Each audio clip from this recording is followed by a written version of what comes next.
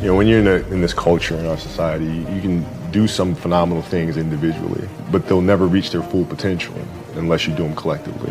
And you have to figure out how to do that. And, you know, Phil Jackson was great at it. He wouldn't just coach the team or coach the game, but he'd read everything about every single player. Learn about your history, how you grew up, how you were raised, where were you raised. You know, he'll read every interview and he'll learn about you and gives him a better understanding of what's motivating you or what your insecurities are, right? And then it just helps him communicate with you better or even push a button here if he needs to.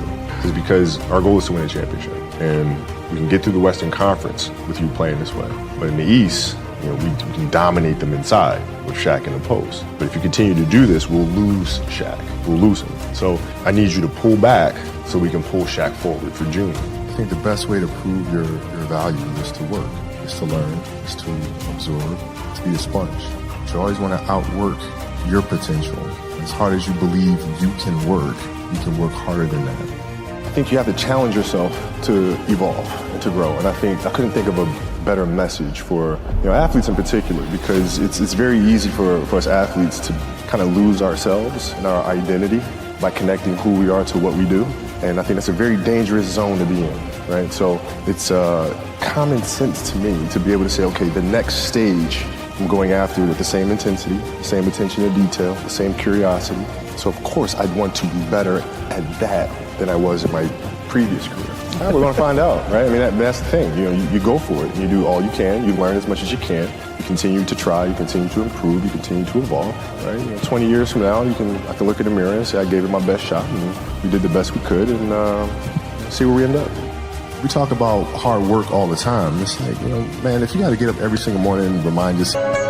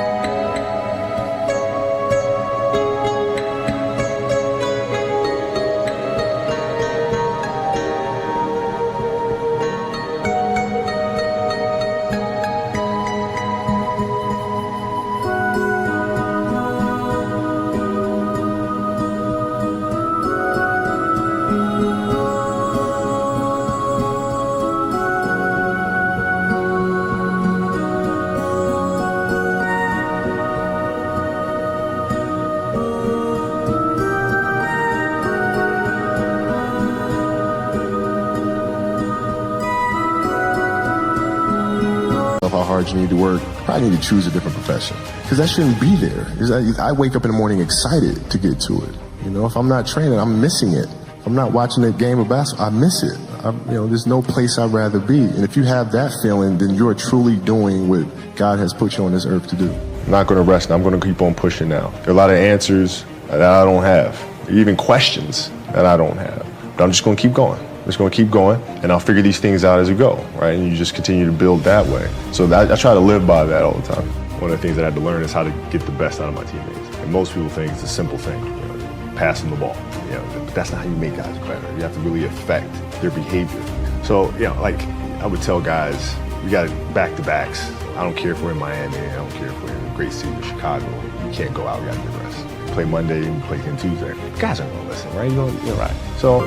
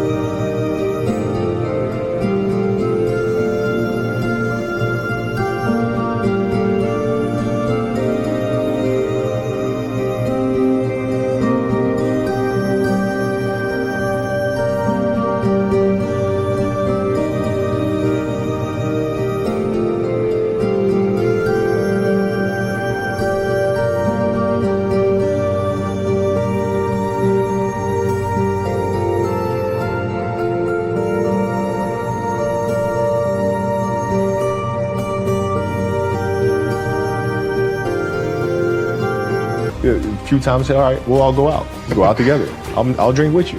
But the next morning, I'm banging on your door at 5 in the morning.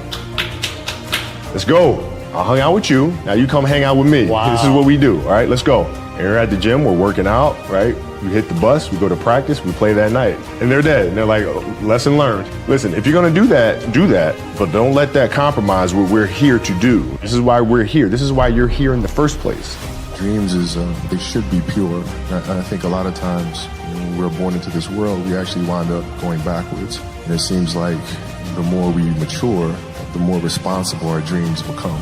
And the more governors we put on ourselves and our ability to dream and to reimagine. And it's always a fight for us parents and for you guys to make sure that your dreams always stay pure. And so it's not a matter of pushing beyond the limitations or expectations. It's really a matter of protecting your dreams, protecting your imagination. That's really the key. And when you do that, then the world just seems limitless.